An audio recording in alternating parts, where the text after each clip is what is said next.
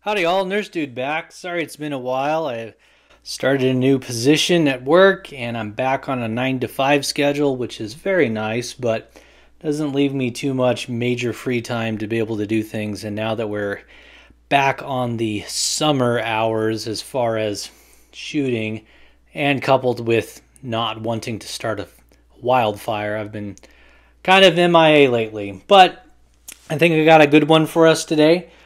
My can finally cleared out of jail.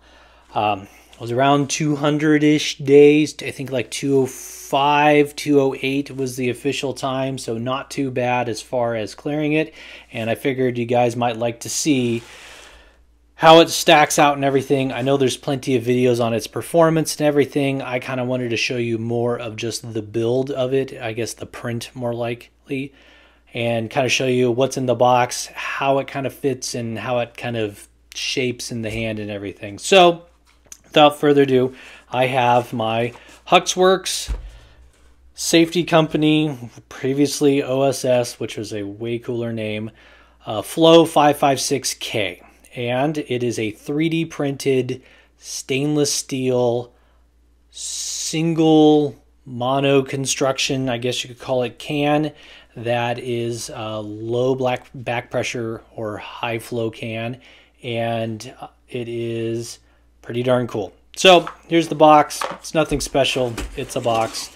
What came in it was a cool sticker, and then we have some padding on it, a QR code for the installation instructions, which screw on, I don't know why you need that, the actual suppressor itself, and then the muzzle device, which I wound up not needing because I already have one on there for the pin and weld. This one's a flush mount, so not really too exciting. I mean, it's a box.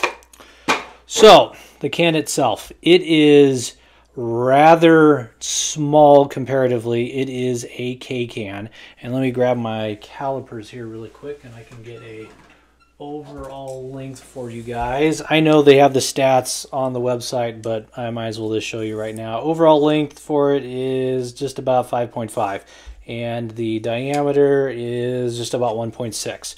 So relatively small for a, or I guess not necessarily. It's kind of like that weird in between a full size and a true like mini K can, like the Surefire Mini 556.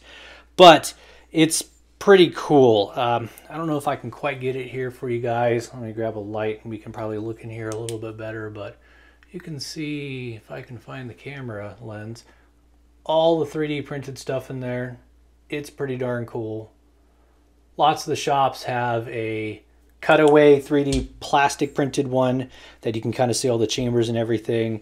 The front end of it is pretty neat. You can see some of the, if I can get the camera to focus, you can see some of the printing remnants as far as just how the porous nature of it, which it's not really porous, but definitely has a little bit of texture to it. And then the actual mounting surface, you can see they final machined that surface area too. It is, if I'm not mistaken, just about at a pound. I can grab my scale here. 11.6 ounces. I don't know if you guys can see that from the video or not.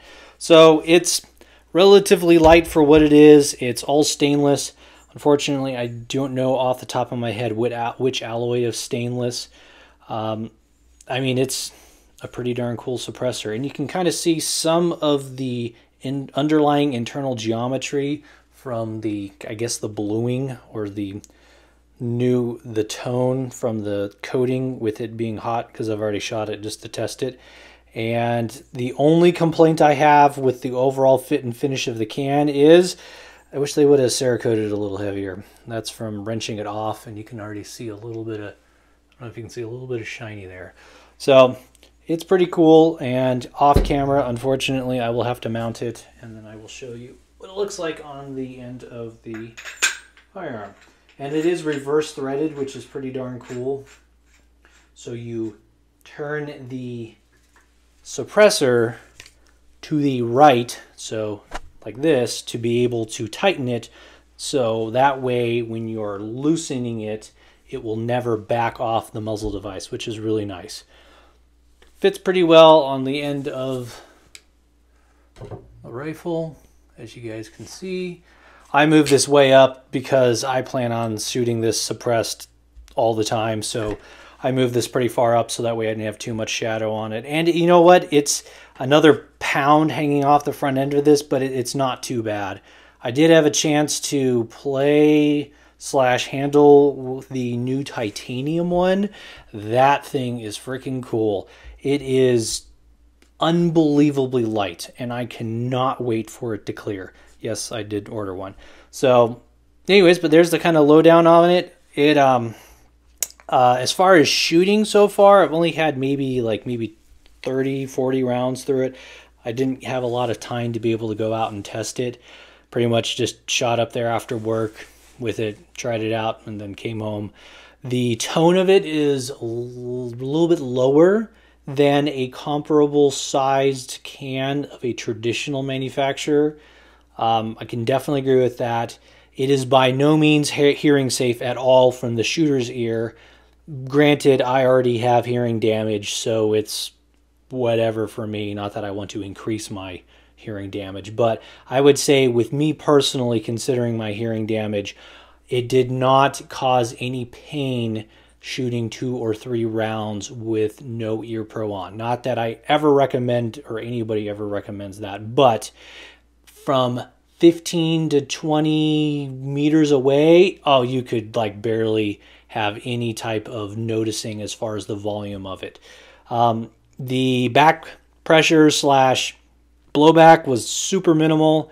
I got an almost identical ejection pattern as it was unsuppressed, and I tried it on the wife's rifle also, and it was the exact same thing. Mag dumped an entire mag through it, got it really nice and hot and smoky, and after it cooled down, popped right off. So I have zero fears of it ever getting stuck on the host. But yeah, there you guys go. Figured you might want to see it, kind of check it out. Hopefully I will have some night video of it, so that way you guys can see how it is at night with the 13.9 pin and welded. I would imagine on a full 16, this thing would be pretty darn sweet. So there you go, and I will talk to you guys later. And thanks again, as always, for the likes, subscribes, and watching.